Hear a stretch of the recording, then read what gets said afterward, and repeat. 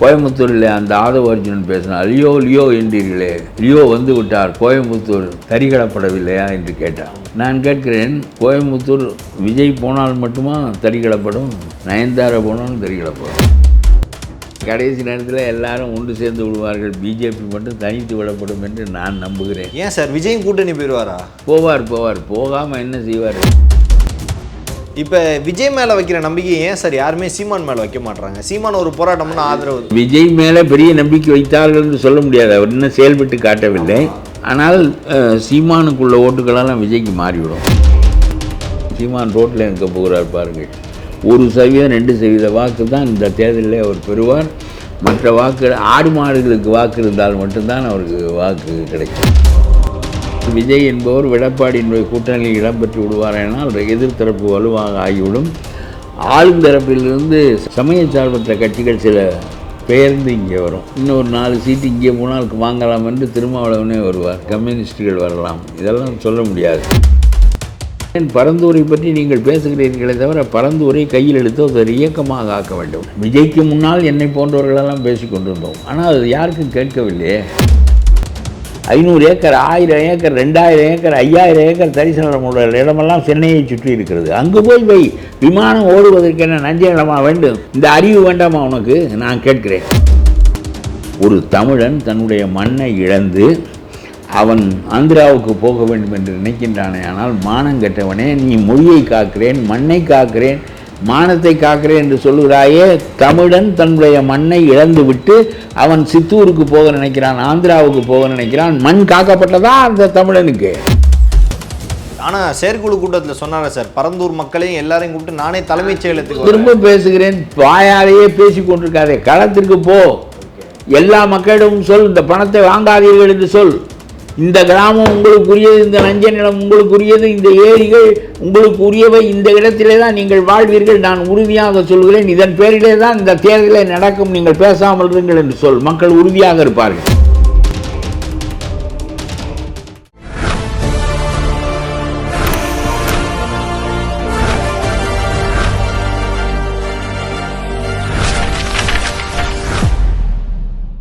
Prime 9 Tamil நேயர்கள் அனைவருக்கும் வணக்கம். இன்றைய நேர்காணலில் நம்முடன் இணைந்திருப்பவர் தமிழ்நாடு தன்னுரிமை கழக தலைவர் திரு பழக்கருப்பையா அவர்கள். சார் வணக்கம். 2026 எலெக்ஷன் 4 முனை போட்டி உறுதியாகிவிட்டதா? விஜயோட அடுத்தடுத்த நடவடிக்கை நடக்காது. கடைசி நேரத்தில் எல்லாரும் ஒன்று சேர்ந்து விடுவார்கள், பிஜேபி மட்டும் தனித்து விடப்படும் என்று நான் நம்புகிறேன். ஏன் சார், விஜயும் கூட்டணி போயிடுவாரா? போவார். போகாமல் என்ன செய்வார்? வேறு என்ன? நான் கேட்கிறேன். நான் இதை தினமணியில் என்னிடம் கேட்டார்கள். தினமணிக்காக ஒரு சின்ன ரைட்டப் ஒன்று எழுதி கொடுத்துருக்கிறேன். நான் சொல்லுகிறேன், உங்களுடைய பலத்தை அறிவதற்கு உங்களுக்கு வாய்ப்புண்டு. வெறும் கூட்டம் பலத்தை உங்களுக்கு காட்டாது. வெறும் கூட்டத்தினால் உங்களுடைய பலத்தை நீங்கள் அறிய முடியாது. வெறும் கூட்டம் என்றால் நீங்கள் போகிற ஊரெல்லாம் பெருங்கூட்டமாக கூடும். கோயம்புத்தூரில் அந்த ஆதவ அர்ஜுனன் பேசினார். லியோ லியோ என்றீர்களே, லியோ வந்து விட்டார், கோயம்புத்தூர் தறிகடப்படவில்லையா என்று கேட்டார். நான் கேட்கிறேன், கோயம்புத்தூர் விஜய் போனால் மட்டுமா தறிகடப்படும்? நயன்தாரா போனாலும் தறிகடப்படும். இதெல்லாம் அரசியல் தலைவரில் சார், இல்லை படும். எதற்காக நான் சொல்கிறேன் என்றால், என்ன செய்வார்கள் என்று நான் உங்களுக்கு சொல்கிறேன். விஜய் போகிறார், பெருங்கூட்டம் வருகிறது என்றால் அந்த கூட்டம் ஒரு வெட்டி கூட்டம் என்று காட்டுவதற்கு நயன்தாராவையும் கொண்டு வந்து நிறுத்துவார்கள். அதெல்லாம் அவர்களால் முடியும். எல்லா பணம் வைத்திருக்கிறார்கள், காசு வைத்திருக்கிறார்கள், அதிகாரத்தை கையில் வைத்திருக்கிறார்கள். நயன்தாராவை கொண்டு வந்து காட்டி இவருடைய கூட்டம் போன திசையிலேயே நயன்தாராவும் ஒரு தரம் வந்து விட்டு போனால் வெறுங்கூட்டம், இதுவும் வெறுங்கூட்டம், அதுவும் வெறுங்கூட்டம் என்பது ஆக்கி விடுவார்கள். உங்களுடைய அரசியல் கன்விக்ஷன் உள்ள ஒரு தலைவராக உங்களுக்கு ஒரு தோற்றம் ஏற்பட அவர்கள் விடமாட்டார்கள். சிம்ரனை கொண்டு வந்து ஜெயலலிதா நிறுத்தினாரே, உலகத்தில் இல்லாத கூட்டம் கூடியது. நான் பார்த்தேன். நான் ஒரு 2-3 கூட்டங்களுக்கு போயிருந்தேன் பேசுவதற்காக. அந்த கூட்டமெல்லாம் வேண்டாம் என்று சொல்லிவிட்டார்கள். சிம்ரன் வருகிறார். சிம்ரன் காலையில் 11 மணிக்கு வருகிறேன் என்று சொல்லிவிட்டு சாயந்தரம் 4 மணிக்கு வருவார். காத்து கொண்டே இருப்பார்கள் சிம்ரனுக்காக. சிம்ரன் வந்து 2 விரலை காட்டுவார்கள். தமிழ் பேச தெரியாது. அம்மாவுக்கு 2 இலையில் ஓட்டு போடுங்கள் என்று மட்டும் அவர் சொல்லுவார். இதற்கு 1 லட்சம் ரூபாய் அவருக்கு. சிம்ரனை கொண்டு வந்து அரசியல் நடத்தினார்களே, பெருங்கூட்டம் கூடியதே. அதனால் இதெல்லாம் அந்த கூட்டம் கூடுகிறது என்பது மட்டும் போதுமானதில்லை. நீங்கள் அந்த கூட்டத்தில் என்ன சொல்லுகிறீர்கள், வாட் இஸ் யுவர் கன்விக்ஷன் என்பது தான் ரொம்ப முக்கியமானது. நான் திரும்ப திரும்ப சொல்லுகிறேன், பரந்தூரை பற்றி நீங்கள் பேசுகிறீர்களே தவிர பரந்தூரை கையில் எடுத்து ஒரு இயக்கமாக ஆக்க வேண்டும். இப்பொழுது பரந்தூரில் அவர்கள் இந்த நிலங்களுக்கு பணம் கொடுக்க ஆரம்பித்து விட்டார்கள். பலவீனமான சில பேருக்கு கொஞ்சம் பேருக்கு கொடுத்துருக்கிறார்கள், 10-15 பேருக்கு கொடுத்துருக்கிறார்கள். அதில் பட்டாவும் கொடுப்பார்கள். புஞ்சை நிலங்கள் வைத்திருப்பவர்கள், நமக்கு இதில் பெரிய பாதிப்பில்லை என்று நினைக்கிறவர்கள் முதல்ல வாங்குவார்கள். அது 28 கிராமம், மொத்தம் 19 பேருக்கு கொடுத்துருக்கிறார்கள், இது போதுமானதில்லை. ஆனால் மற்றவர்களெல்லாம் உறுதியாக இருக்கிறார்கள். என்ன பரந்தூரில் உள்ள சிக்கல் என்றால், விஜய்க்கு முன்னால் என்னை போன்றவர்களெல்லாம் பேசி கொண்டிருந்தோம். ஆனால் அது யாருக்கும் கேட்கவில்லையே. நான் அப்பொழுது சொன்னேன், இந்த பரந்தூர் விமான நிலையம் என்பது நாம் தானே இங்கே கொண்டு வர போகிறோம் என்று கருதி அதற்கு முன்னாலேயே சுற்றி இருக்கிற நிலங்களெல்லாம் வாங்கிவிட்டார்கள். 1க்கு 100ஆக விற்பது விமான நிலையம் வந்த பிறகு என்பது அவருடைய நோக்கமாக இருக்கிற போது, ஒரு விமான நிலையமும் வேண்டும், அந்த விமான நிலையத்தை வைத்து நாம் கோடிக்கணக்கில் அடிக்கவும் வேண்டும் என்பது அவருடைய திட்டம். அதனாலே இதையெல்லாம் செய்து விட்டார்கள்.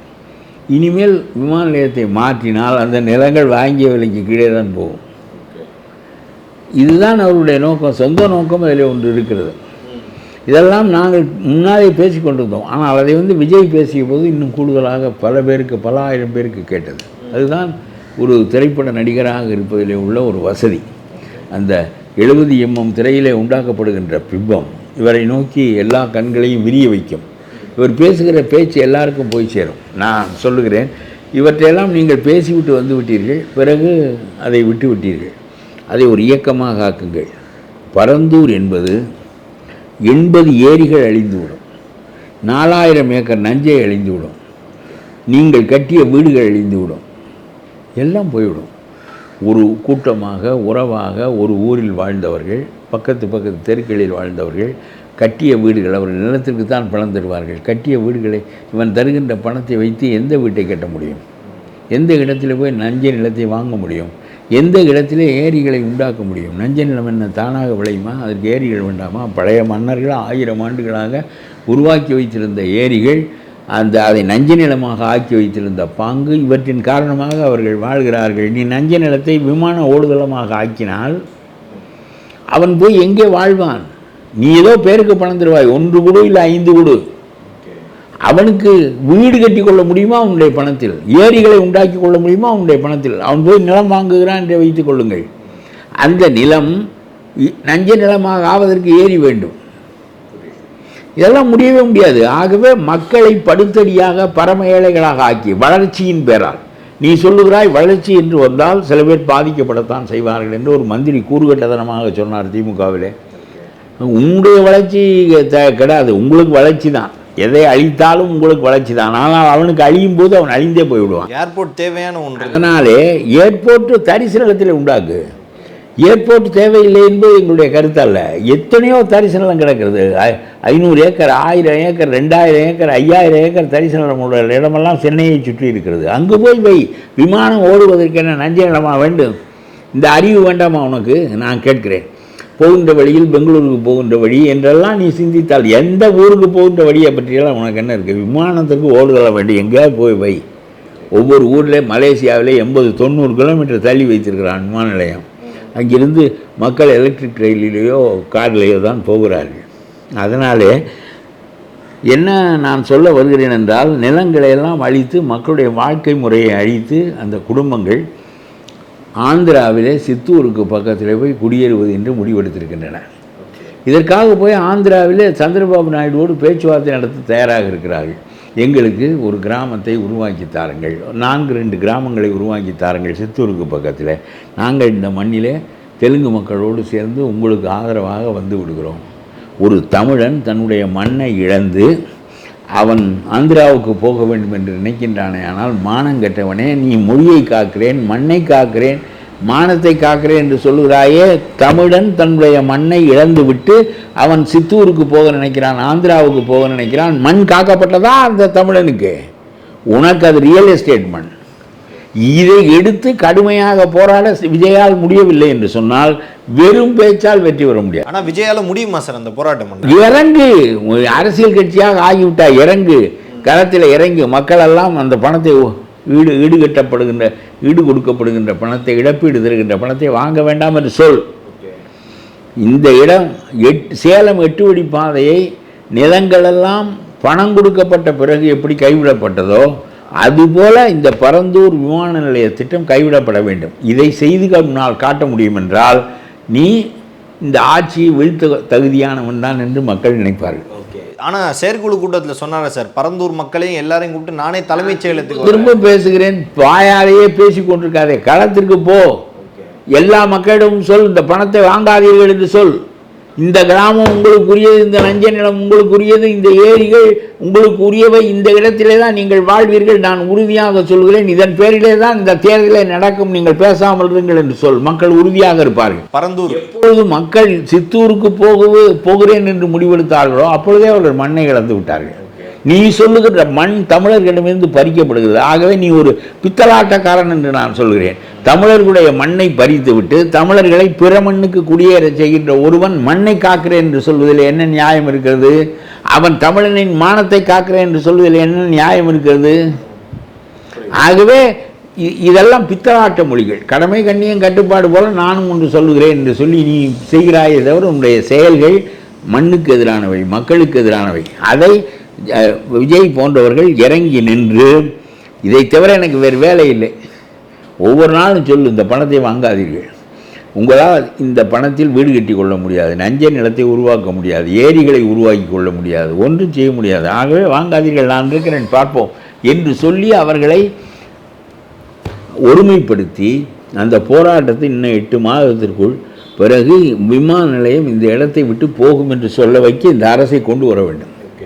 இதை செய்ய உன்னால் முடியும் என்றால் ஒரு அரசை, அசுரத்தனமான அரசை, ஒரு கேடுகட்ட தன்னல நோக்குடைய அரசை, மண்ணை பறிக்கின்ற அரசை நிறுத்தி வைக்க முடிந்தது விஜயால். ஆகவே இவரால் அரசியல் செய்ய முடியும் என்று மக்கள் நம்புவார்கள். ஒன்றும் இல்லாமல் சும்மா தினந்தோறும் 2 வார்த்தை இதை பற்றி பேசுவது, 2 வார்த்தை அதை பற்றி பேசுவது, அப்புறம் செத்து போனவன் வீட்டுக்கு போய் 2 லட்சம் கொடுப்பது, இதெல்லாம் நானும் களத்திலே இருக்கிறேன் என்று காட்டுவதற்கு உதவுமே தவிர நீ எல்லாவற்றுக்கும் துணையாக நிற்பாய் என்ற நம்பிக்கை ஏற்படுவதற்கு போதுமானதல்ல. இப்போ விஜய் மேலே வைக்கிற நம்பிக்கை ஏன் சார் யாருமே சீமான் மேலே வைக்க மாட்டாங்க? சீமான் ஒரு போராட்டம்னு ஆதரவு. விஜய் மேலே பெரிய நம்பிக்கை வைத்தார்கள் என்று சொல்ல முடியாது, அவர் இன்னும் செயல்பட்டு காட்டவில்லை. ஆனால் சீமானுக்குள்ள ஓட்டுகளெல்லாம் விஜய்க்கு மாறிவிடும். ஏனென்றால் நம்முடைய நாட்டிலே ஒரு 10% ஓட்டு இருக்கிறது, 10லிருந்து 12, 13% ஓட்டு. நான் திமுகவுக்கும் போட மாட்டேன், அதிமுகவுக்கும் போட மாட்டேன் என்று சொல்லிக்கொண்டே இருப்பான் அவன். ஏனென்றால் இந்த 2 கட்சிகளுக்குள் காங்கிரஸ் மற்ற கட்சிகளெல்லாம் ஒடுங்கி விடுகிற காரணத்தினாலே, கம்யூனிஸ்ட் எல்லாம் ஒடுங்கி விடுகிற காரணத்தினாலே இவனெல்லாம் எதிர்த்து அரசியல் நடத்த வேண்டியவன் நடத்தாமல் போய் உள்கையாக ஆறி 1-2 சீட்டுக்கு நாக்கை தொங்க விட்டு கொண்டு திரிகிறான் என்கின்ற நிலையில் இவனுக்கு 2 பேர் அணிக்கும் போடக்கூடாது. எவன் என்றால் சரி, நிற்பவன் நாய்க்குட்டியாக இருந்தால் அவனுக்கு போடுவான். அப்படி போட்ட வாக்குகள் தான் விஜயகாந்த் ஒரு முறை ஒரு அணி சேர்த்து நான் முதலமைச்சர் ஆவேன் என்று சொன்னபோது அந்த வாக்குகள் மட்டும்தான் அவருக்கு விழுந்தன, அது அல்லாத வாக்குகள் விழவில்லை. அதன் காரணமாக விஜயகாந்தினுடைய அரசியல் கெட்டது. பிறகு உடல்நலம் கெட்டபோது அந்த கட்சி காணாமல் போய்விட்டது, அது வேறு. அந்த வாக்கு வேறு எதிர்த்தரப்பு இல்லாத போது சீமானுக்கு போய் சேர்ந்தது, 8% வந்தது.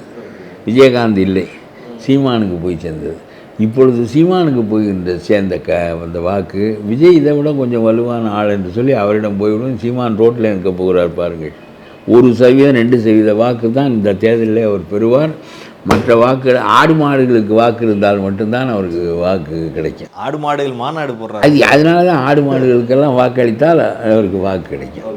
அவர்களுக்கெல்லாம் வாக்குரிமை இருப்பதாக தெரியவில்லையே. ஆனால் அவங்க சைடில் இருந்து சொல்கிற என்னென்னா, ஏன் விஜய் வந்தால் எங்கள் ஓட்டு காலியாக போகுது, நாங்கள் விஜய்லாம் ஒரே கூட்டத்தில் சேர்ந்துருவோம், எனக்கு தெரிஞ்சு திமுக அதிமுக ஓட்டு தான் உடையும் சொல்கிறாங்களே சார், ஸ்ட்ராங்காக சொல்கிறாங்களே. இல்லை, இந்த ஒரு 10% ஓட்டுகளுக்கு தனியாக நின்றால் போகும் என்று சொல்கிறேன். இல்லாவிட்டால் விஜய் என்பவர் எடப்பாடியினுடைய கூட்டணியில் இடம்பெற்று விடுவார் எனால் எதிர்த்தரப்பு வலுவாக ஆகிவிடும். ஆளுந்தரப்பிலிருந்து சமய சார்பற்ற கட்சிகள் சில பெயர்ந்து இங்கே வரும். இன்னொரு 4 சீட்டு இங்கே போனால் வாங்கலாம் என்று திருமாவளவனே வருவார், கம்யூனிஸ்டுகள் வரலாம், இதெல்லாம் சொல்ல முடியாது. ஆகவே இவனுக்கு அடிமை போல் இருக்க வேண்டியதாக இருக்கிறது என்று சொல்லி அவர்கள் இங்கே வரக்கூடும். சமய சார்பற்ற கூட்டணி வலுவாக இடம்பெறக்கூடும். அப்பொழுது நான் சொல்கிறேன், பிஜேபியை எடப்பாடி தள்ளி விடுவார். சேர்ந்து விட்டார்கள், என்ன சேர்ந்தால் என்ன உதற முடியாதா? என்ன தாலியாக கட்டி கொண்டிருக்கிறோம், லீவ் டுகெதர் தானே. பாராளுமன்ற மாதிரி லீவ் டுகெதர் என்றால் சேர்ந்திருப்போம், இருக்கிறவர்கள் இருப்போம், இல்லை நீ காலையில் எழுந்து நீ போ, நான் பாட்டுக்கு போகிறேன் என்பது லீவ் டுகெதர் தானே. இது என்ன பெரிய தாலி கட்டி கொண்ட ஒன்று, நடக்காத ஒன்று. ஆகவே குதிரை கிடைக்காததினால் கழுதையில் ஏறுகிறார்கள், குதிரைகள் கிடைத்து விட்டால் கழுதையை ஏற்று விடுவார்கள். தாவேக செயற்குழு கூட்டத்தில் விஜய் தான் முதலமைச்சர் வேட்பாளர்னு அனௌன்ஸ்மெண்ட் பண்ணியிருக்காங்கல்ல சார். ஏங்க இதை சொல்லி தான் பார்ப்பாங்க. ஏதாவது முயற்சி பண்ண வேண்டாமா? நாங்கள் தனி கட்சி, நாங்கள் தனி முதலமைச்சர், நாங்களே ஆட்சிக்கு வருவோம் என்று சொன்னால்தான் கொஞ்சம் கூடுதலாகவாது சிந்திப்பான். சீமான் இதை சொல்லுகிற போது எவனும் கருதுவதில்லை. இதை விஜயும் சொல்லுகிறார். கொஞ்ச காலத்திற்கு பிறகு அவர் தன்னுடைய இடத்தை உணர்கின்ற போது கூட்டணிக்கு வந்து தான் ஆக வேண்டும், இல்லாவிட்டால் அவரும் அழிந்து மற்றவர்களையும் கெடுத்து நாசமாகி மறுபடியும் ஒரு ராவணன் மீண்டும் அரியணையில் அமர்கின்றார். ராவண வதம் நிகழாமல் போய்விடும். ஒரு செயல் வீரராக தொடங்குற வரைக்குமே எல்லாம் பேச்சு தான், அது வரைக்கும் எதுவுமே உறுதி இல்லை. பேச்சு தான். எல்லாவற்றையும் பார்ப்பார்கள், போகும்போது பார்ப்பார்கள், வரும்போது பார்ப்பார்கள், கூட்டம் எவ்வளவு கூடுகிறது என்று பார்ப்பார்கள், ஏன் கூடவில்லை என்றும் பார்ப்பார்கள். அது வெறும் பார்த்து விட்டு கலைகின்ற கூட்டமா என்பதையும் பார்ப்பார்கள். அதற்கேற்ப முடிவுகள் மாறும். ரொம்ப காலத்துக்கு முன்னாடி முடிவெடுக்கக்கூடாது. பொண்ணு சடங்கானவுடனே மாப்பிள்ளை பார்ப்பீங்களா? 13 வயசுலேயே பார்த்து என்ன செய்வது? அப்புறம் 100 மாப்பிள்ளை மாறுவேன். அது மாதிரி தான் இந்த கூட்டணியும் அந்த தேர்தல் சமயத்தில் தான் பேசப்பட வேண்டும். அது வரையிலும் இப்படி மாறிக்கொண்டே இருக்கும். பல்வேறு அரசியல் கேள்விகளுக்கு பதிலளித்தமைக்காக மிக்க நன்றி சார்.